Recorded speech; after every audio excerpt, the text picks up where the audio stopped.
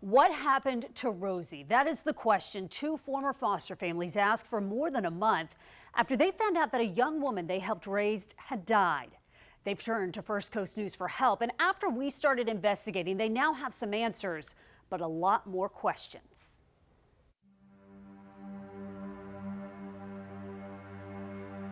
She was 13 when she was first exploited. The smile on her face doesn't reveal the story of her past. Rosie O'Brien endured a lot in her 18 years. The life of individuals who've been trafficked, they stop believing in themselves. Rosie's former foster parents say she experienced mental health crises and was Baker acted several times.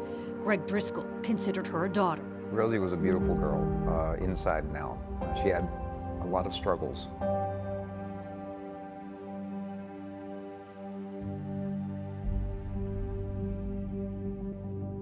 She's in the system for 16 years. The Driscolls and Balasidises were at different times Rosie's foster parents and say they cared deeply for her. Rosie had just aged out of legal custody of the Department of Children and Families, but was in the care of Renee Balasidis and her husband through extended foster care when she disappeared. I have influence, not authority, which is tricky, but that's how it is. Rosie, she says, left frequently but always stayed in touch. On April 25th, it had been 4 days since she'd been heard from. We knew she was missing for a couple days. The friend that she was staying with at the time had been in contact with me daily, multiple times, saying, she's not back, she's not back. I don't have a good feeling. Renee called the Jacksonville Sheriff's Office to file a missing person report. 2 hours of waiting. Yeah, the detective just came, or officer came back up to me and just said, I'm sorry, she's dead. That bluntly. Police told her Rosie had died 4 days earlier on April 21st. But for more than a month, despite multiple calls and documentation showing she was the next of kin, they would not tell her where Rosie died, how, or any circumstances surrounding her death. You know, we can't answer that. It's an active investigation. First Coast News started asking the Jacksonville Sheriff's Office for answers on May 16th. 2 days later, we interviewed Rosie's former foster parents for the first time. On Saturday, we started advertising this story. Then yesterday, detectives, aware of our story, reached out to Renee to say they would come to her home to answer her questions. That's when they learned the medical examiner had ruled Rosie's death a suicide. So Rosie died from a self-inflicted gunshot wound to the chest. Intentional or not cannot be determined. Flat out, we don't believe it was intentional. She did not seem to be in a depressed state at all moments before.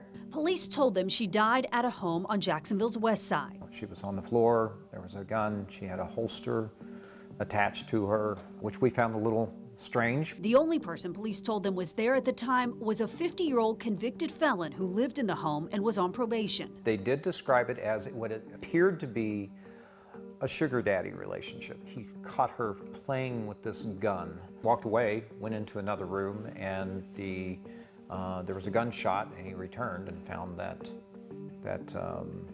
she had shot herself. Detectives told them he was questioned for several hours and was very forthcoming. Gave him his phone. They were looking at all the messaging back and forth between himself and Rosie. They searched the house and didn't find anything. They still have some unanswered questions, including how did the drugs toxicology test showed Rosie had in her system, like cocaine, end up there? Because her drugs of choice weren't the ones that were found in her. Who gave her a gun?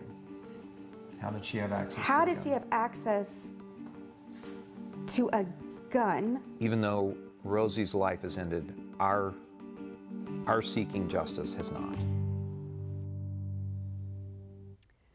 Now, First Coast News spoke with several people who say they communicated with Rosie in the days leading up to her death. All of them told me that they were never questioned by police. The two former foster families want a better explanation as to why the investigation did not include interviewing those who were closest to Rosie. You can read the full statement they sent us tonight and the statement we received from the extended foster care program right now on firstcoastnews.com. We'll be right back.